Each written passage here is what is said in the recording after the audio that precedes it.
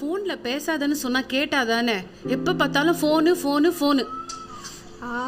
அம்மா கொஞ்சம் அமைதியாக சொல்லுங்கம்மா, ஏற்கனவே ஒரு காது வலியுமா, ப்ளீஸ்மா.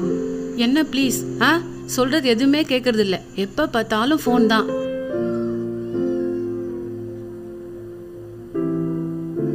எனக்கு எப்படியாச்சும் ஒரு செலவு வச்சிடுறேன். சே, உனக்கு ஸ்கூல் ஃபீஸ் கட்டுறேன், அது இல்லாமல் இது வேறையா?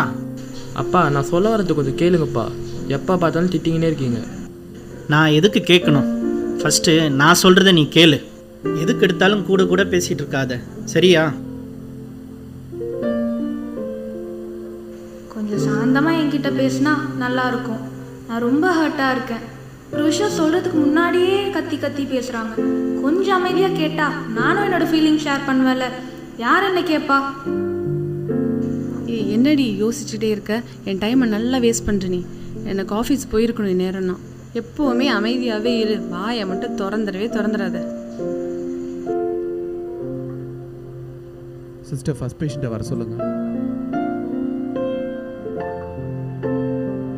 சொல்லுங்கம்மா, என்ன ஆச்சு? டாக்டர், காது வலிக்குதுன்னு சொல்லிட்டு இருந்தா, பார்த்தா திடீர்னு காது பெருசாயிடுச்சு டாக்டர். இதுக்கு ஏதாவது ட்ரீட்மெண்ட் இருக்கா டாக்டர்? டாக்டர் கொஞ்சம் அட்வைஸ் பண்ணுங்க டாக்டர். எப்போ பார்த்தாலும் ஃபோனும் கையுமா தான் இருக்கா. சரி, நான் என்னன்னு பார்க்குறேன், நீங்கள் அது வரைக்கும் வெளியில் வெயிட் பண்ணுங்க.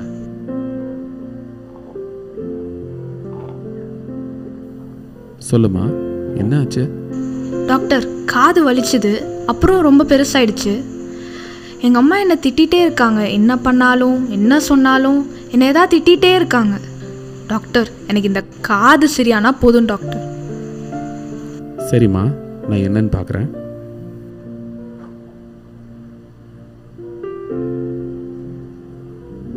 சரிம்மா, நீயும் வெளியில் வெயிட் பண்ணு, நான் உன்னை கூப்பிடுறேன்.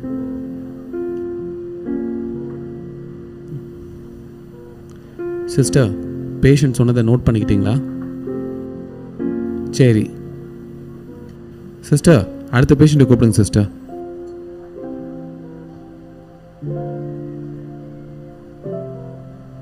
டேய் வா இங்க. அங்கே இருந்தால் உன்னை எப்படி செக் பண்ணுவாங்க? சொல்லுங்கள் சார், என்ன பிரச்சனை?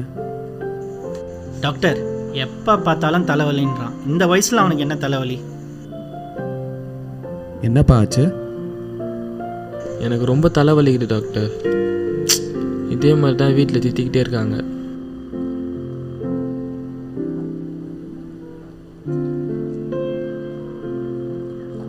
சரி, நீங்கள் 2 பேரும் வெளியில் வெயிட் பண்ணுங்க.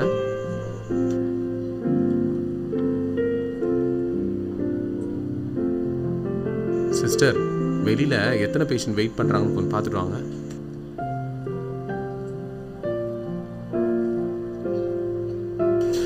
டாக்டர், வெளியே ஒரு பேஷண்ட் தான் இருக்காங்க. பொண்ணு சோகமாக இருக்குது, அம்மா கோவமாக இருக்காங்க.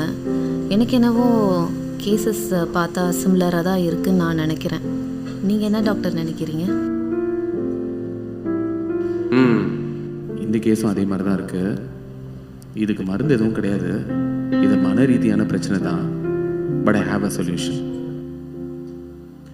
பயங்கரமான பிரச்சனைகள் நம்ம குடும்பத்தில் சந்திக்கிறோம். அதாவது சில பேர் பாருங்க, தங்க பிள்ளைங்க தவறு செய்யும்போது திட்டுவாங்க.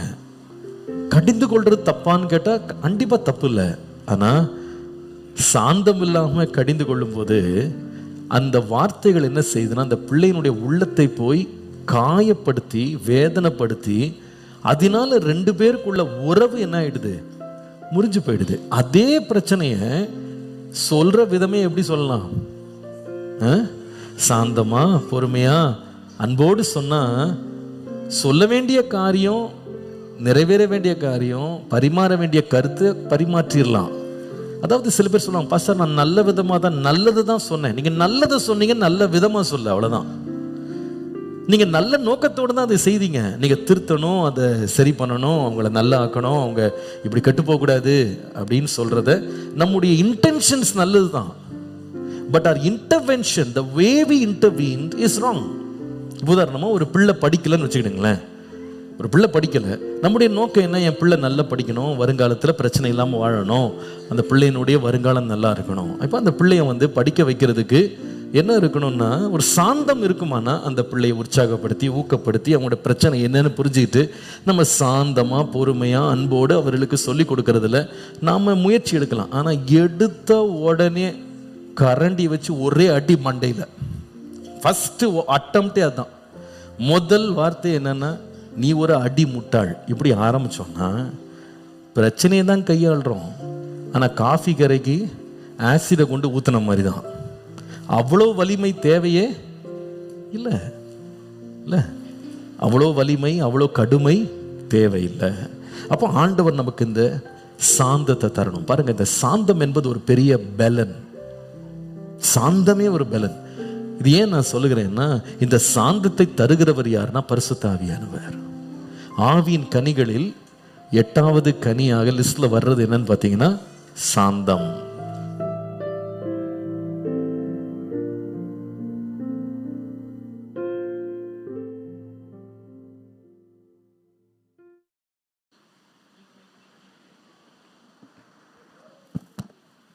பெற்றோர்களை உங்க பிள்ளைகளை கடிந்து கொள்ளுதல் மிகவும் அவசியம்.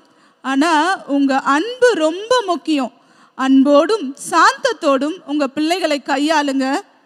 என்ன டீன்ஸ் அண்ட் யூத்ஸ், நீங்களும் அம்மா அப்பா கிட்ட அன்போடு சாந்தத்தோடு நடந்துப்பீங்கன்னு நம்புறோம். அழகாய் நடித்த நம் பிள்ளைகளுக்கு நன்றி.